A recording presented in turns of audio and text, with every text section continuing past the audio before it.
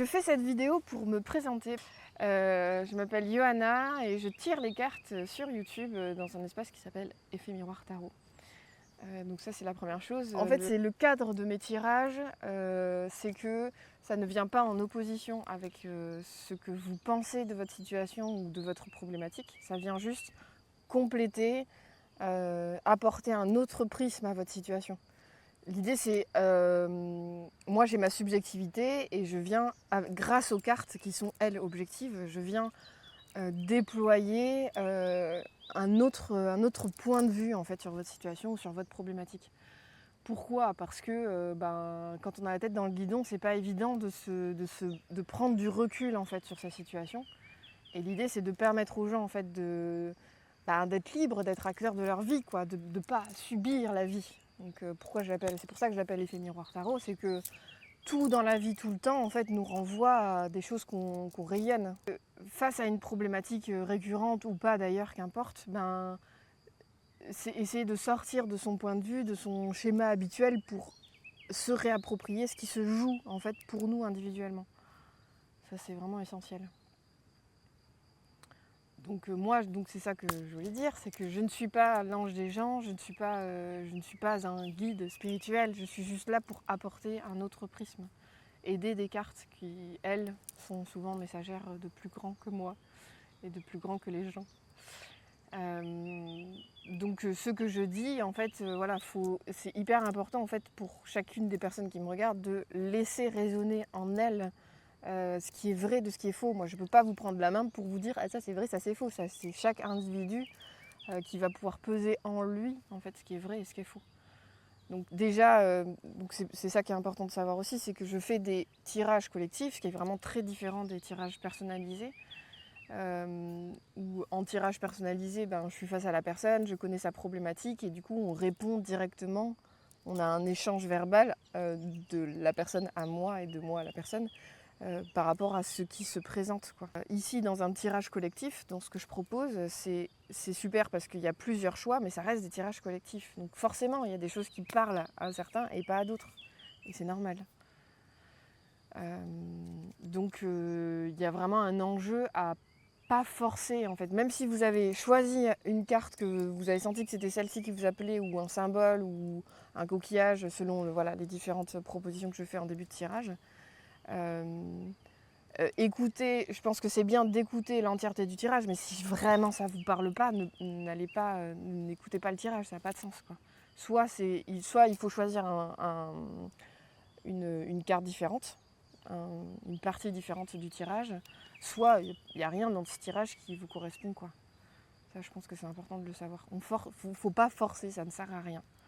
Donc ça, c'était la première chose. L'autre chose que je trouve importante, c'est la consommation abusive des tirages. C'est pareil, c'est pour moi un endroit qui ne sert à rien. C'est-à-dire que chaque tirage peut être regardé et c'est super parce que ça peut vous apporter des réponses. Mais je pense que c'est vraiment important de laisser maturer en soi, de voir en fait les réponses que vous avez, que ça vous a permis de comprendre par rapport à votre situation.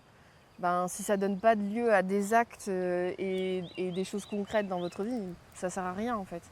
Les solutions, ça part dans le vent, quoi. Donc si on consomme tirage sur des sujets identiques, déjà les choses peuvent venir à se contredire, ça vous noie, ça vous perd et ça vous empêche finalement de tirer l'essence du tirage. C'est vraiment du vide, c'est de la conso, quoi. C'est de la Quel conso. est ton conseil alors ?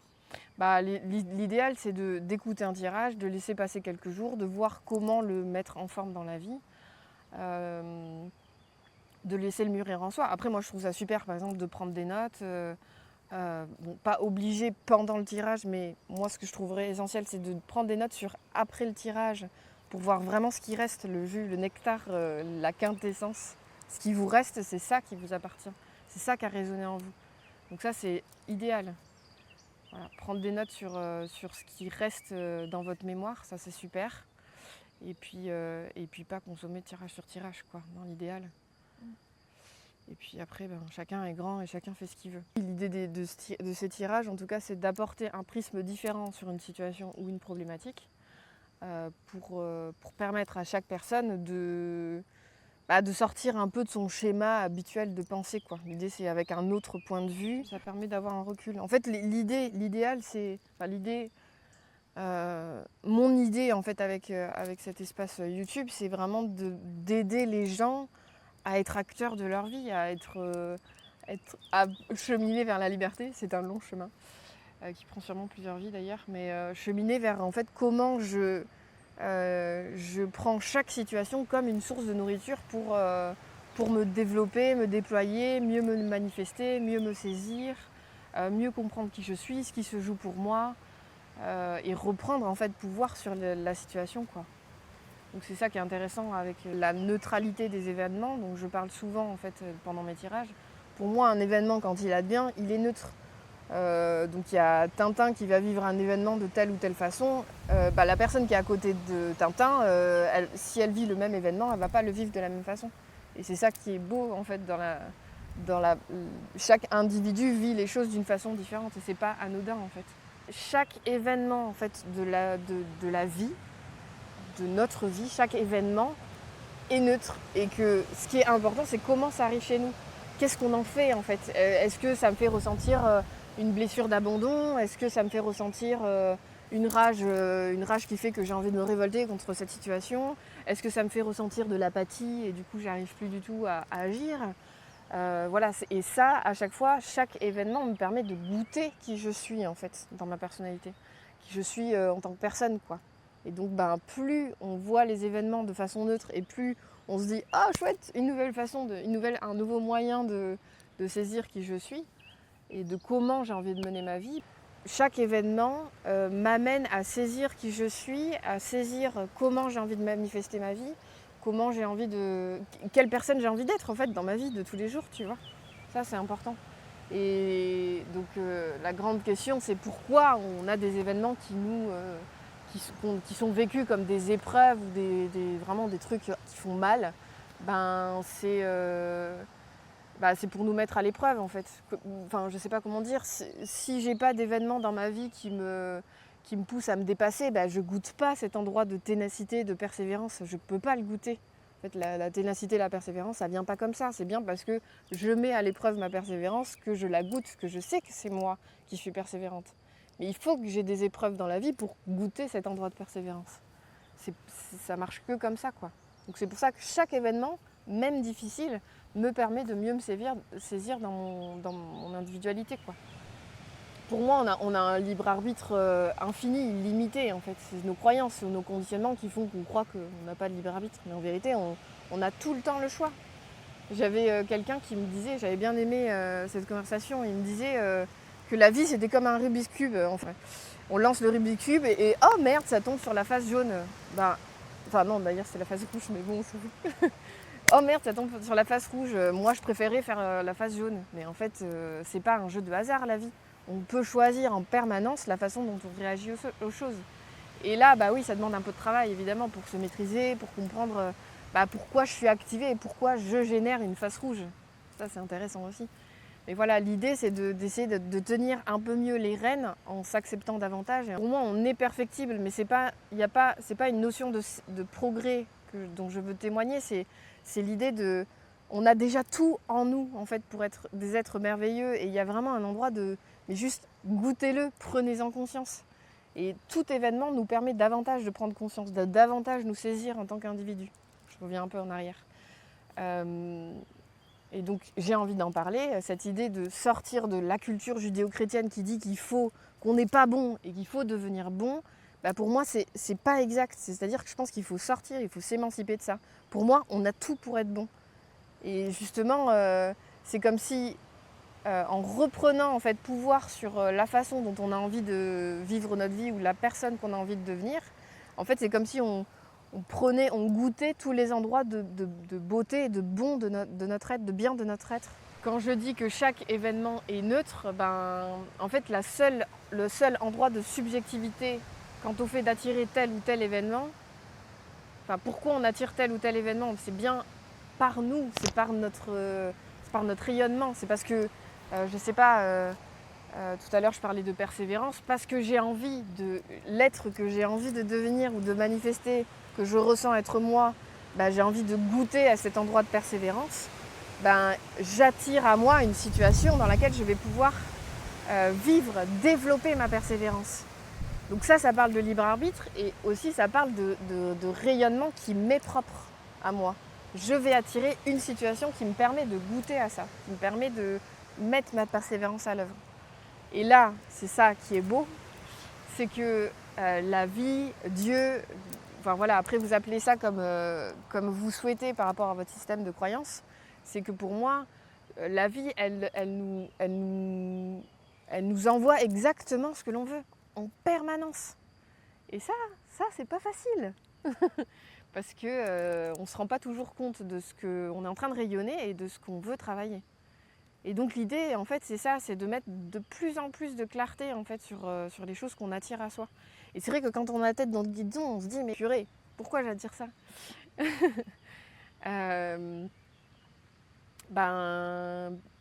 L'idée de cet endroit sur YouTube, c'est ça, c'est que ça permet peut-être d'avoir un autre point de vue sur votre situation. Pas seulement la subir, quoi. Préférer être toujours aux commandes de notre vie. Tu parles de la persévérance, toi, avec ce vent. Il faut que tu persévères à faire cette vidéo. Du coup, tu prends cet exemple-là, tu sais, et tu dois persévérer à faire ta vidéo. Et je trouve ça hyper rigolo. Mais c'est un truc que je vis assez souvent, notamment quand je veux méditer et que j'ai pas envie, par exemple. Et je me dis non, mais en fait, je lâcherai pas. J'ai décidé que je méditais, je lâcherai pas. Et donc, je reste comme ça, j'attends. Et puis, au moment donné, ça lâche, en fait. Et plus je goûte cet endroit de je veux, je sais que je veux méditer. Mais vas-y, bataille, y a pas de problème. Mais je le ferai de toute façon, donc autant qu'on le fasse rapidement. Mais j'adore cet endroit-là de combativité, quoi. Tout à l'heure, je relisais une phrase aussi de mon ange que j'ai reçue il n'y a pas si longtemps, qui me disait « Mais va dans tous les endroits où tu peux te dépasser, quoi. Cherche-les, quoi. Et oui, ça frotte, oui, ça fait mal. Mais en fait, je suis là, je me suis incarnée dans cette vie-ci, à cette époque-là, pour goûter à ce potentiel magnifique que j'ai en moi, quoi. » Donc voilà, c'est tous ces endroits où je me dépasse, donc je les cherche. Donc oui, ça frotte, ok, j'y vais. Si on veut un demain qui ressemble davantage à quelque chose d'humain, faut bien qu'on se sorte un peu les doigts, quoi. Donc tout ce que je propose sur cette chaîne YouTube, en fait, c'est une proposition, une piste d'étude, une exploration. Je parle souvent d'exploration, de questionnement. Donc c'est pour ça que voilà, tout ça, c'est pas la vérité ultime. L'idée, c'est que vous puissiez vous approprier ce que je propose pour en faire votre vérité. Donc ne croyez rien de ce que je dis, quoi. Il y a vraiment un endroit de laisser résonner en vous ce qui est vrai pour vous. Ça, c'est vraiment important. Et c'est ça le message de cette vidéo que je trouvais fondamental, quoi. Je ne suis pas Dieu, j'ai pas cette prétention-là, quoi. Je ne suis pas Dieu, je ne suis pas votre ange, je ne suis pas votre animal guide ou votre ancêtre. Je ne suis pas ça. Moi, je ne suis qu'une messagère. Et vous êtes responsable de ce qui arrive chez vous. Ça, c'est vraiment important. Après, pour finir, je propose donc des tirages collectifs sur YouTube qui ont une certaine valeur pour l'instant où vous le regardez et la façon dont vous allez vous l'approprier, c'est certain. Mais en tout cas, voilà, je me tiens à disposition pour tout tirage individualisé qui est davantage axé sur l'individu et la problématique. Du coup, on va davantage creuser pour le coup la situation dans laquelle chacun est, en fait. Vous parlez du mot question, c'est concret, venir avec une question précise. Une question précise, une situation précise, une problématique précise, c'est certain. Effectivement, plus la question... D'ailleurs, ça, c'est quelque chose que je peux inviter à faire avant de regarder le tirage, quelle que soit la thématique. J'ai pas d'exemple là forcément en tête, mais de venir avec une intention particulière. Si par exemple la thématique c'est, je vais dire le premier qui me vient, qu'ai-je à pardonner en ce moment, qui est déjà une question en soi. Si vous arrivez avec une intention de regarder un truc et consommer un truc, ça marche pas. Mais venez avec déjà une intention de pouvoir vraiment saisir un truc qui va vous alléger de quelque chose. En regardant ce tirage-là, ça va vous aider en fait. Votre intention, elle vous aide en permanence. Et ça, je pense que c'est vraiment important. Donc dans les tirages individuels, c'est clair, c'est bien de préciser ce qu'on veut. Mais pour tout tirage collectif, c'est la même chose, quoi. En fait, c'est toujours un endroit d'individualisation. Comment je goûte mon endroit de qui je suis, en fait. Et l'intention, elle est propre à chacun. Quand tu dis intention, c'est une situation précise. On peut penser à une personne précise, à une situation précise. Et une fois de plus, si ça ne matche pas, faut voir ce qui... Je sais pas, si par exemple on pense à une relation, par exemple si je reste sur la question qu'ai-je à pardonner en ce moment, si je pense à un individu en particulier et que en fait ça résonne avec un autre individu, une autre relation, en fait il ne faut pas hésiter à suivre le courant. C'est que peut-être que c'est plus urgent cette relation-là que celle à laquelle vous aviez pensé initialement, quoi. Et ça c'est ok aussi. En fait toujours goûter en soi, toujours aller-retour de je capte ça, comment ça résonne pour moi dans mon cœur et dans ma pensée, quoi. Quand tu persévères et que tu méditeras et que quoi que ton ego te chuchote, tu as décidé que tu méditerais et que c'est comme ça, qu'est-ce que ça te fait gagner? Qu'est-ce que ça te fait cet endroit par exemple de persévérance dans la méditation? Je suis plus forte que mon ego ou de toutes les négociations qui peut essayer de... C'est perfide et rusé. Non, je me sens... en fait, je goûte du coup mon endroit où quand j'ai décidé quelque chose, je m'y tiens, tu vois. Ce dont je peux douter parfois selon les endroits. Donc c'est vrai que je note pas assez mes endroits de victoire de ce type, mais je pense que ça pourrait être pertinent. Mais du coup, voilà, le fait de persévérer et d'aller au bout de mon objectif, même à court terme, en fait, à chaque fois, je goûte cet endroit où... En fait, tu m'auras pas, mec. Mon esprit en moi est plus forte que mon ego. Et ça, c'est important de goûter que le bien est toujours plus fort que le mal. On pourrait détailler davantage sur 4 ou 5 heures de discussion.